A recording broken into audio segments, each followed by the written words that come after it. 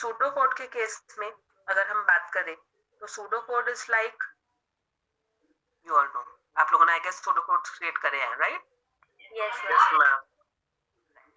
So these pseudocode notations can be used in both the preliminary and detailed design phases. यानी कि हम starting में भी, यानी कि प्रिलिमिनरी मतलब यानी कि जब हम इनफॉर्मल डिजाइन टाइप क्रिएट कर रहे हैं, राइट? तो हम उस केस में भी as well as detailed design में भी, तो हम यानी कि जब हम एक एक चीज पे बात कर रहे हैं कि हमारे होम टैब, होम स्क्रीन पे ये सारे ऑप्शंस होने चाहिए, उन होम स्क्रीन पे हमारे इन बेसिकली इन ऑप्शंस में हमारे ये आगे फर्दर ऑप्शंस होने चाहिए एंड सो ऑन, राइट? तो this is like a detailed design. Preliminary design में मतलब हम सिर्फ ओवरऑल बोल रहे थे कि हाँ एक हमारा कुछ होम स्क्रीन टाइप्स हो, उसमें कुछ कुछ ऑप्शंस होने चाहिए, ठीक है, हम ऐसे साइट पे कुछ एक ऑप्शंस क्रिएट कर सकते हैं and so on. So it's like a preliminary कि हमने कुछ एग्जैक्टली डिसाइड नहीं किया, हम एक थोड़ा सा इनफॉर्मल सा क्रिएट कर. तो सूडो कोड हम दोनों में यूज कर सकते हैं.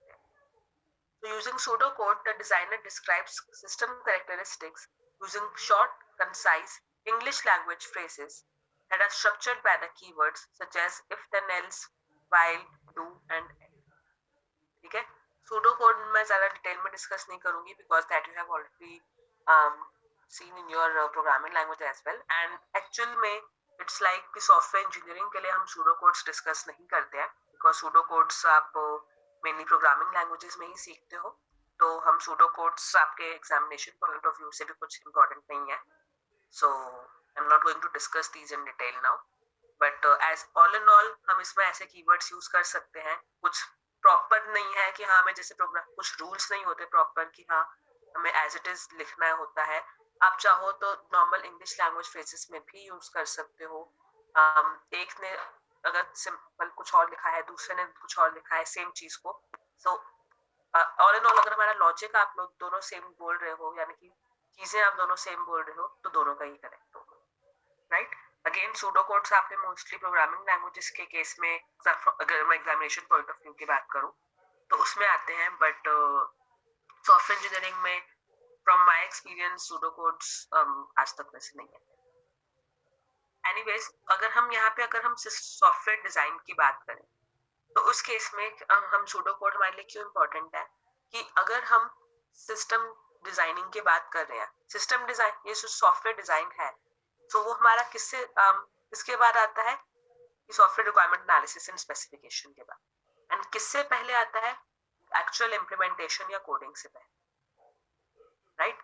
तो it's like a bridge between the requirement analysis and coding part, ताकि जो भी हमारे डेवलपर्स हो they should be able to create software more smoothly, right?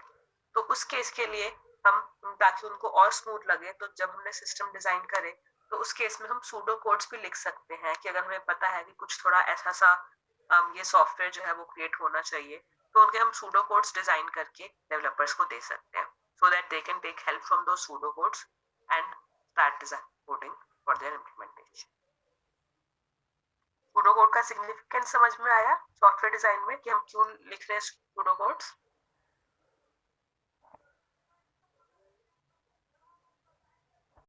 अब इन सब के बाद हमारा बनता है software design document. Software requirement analysis and specification के बाद हम कौन सा डॉक्यूमेंट क्रिएट करते हैं?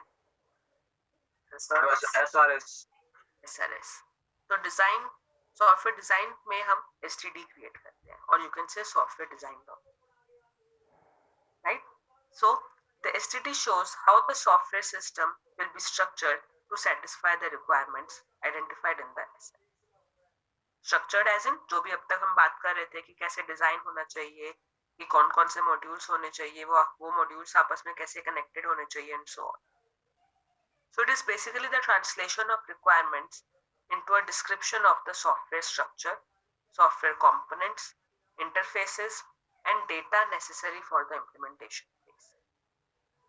जो भी हमारी रिक्वायरमेंट्स थी हम उसको ट्रांसलेट कर रहे हैं एक सॉफ्टवेयर स्ट्रक्चर में, जो कि एक्चुअली हमारी इम्प्लीमेंटेशन फेज के लिए इंपॉर्टेंट होती है. Hence, STD becomes the blueprint for the implementation activity. Implementation activity as in जो भी हमारा आगे कोडिंग वाला पार्ट है, because this STD will be used by the developers.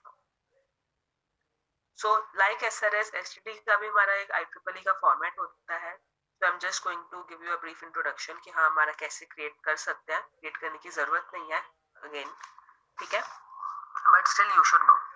तो फर्स्ट ऑफ ऑल फर्स्ट में तो कुछ रेफरेंसेस अगर हमने यूज करे हो, कुछ ऑनलाइन सोर्सेस या कुछ और बुक्स या कुछ सॉफ्टवेयर की हेल्प ली हो, राइट।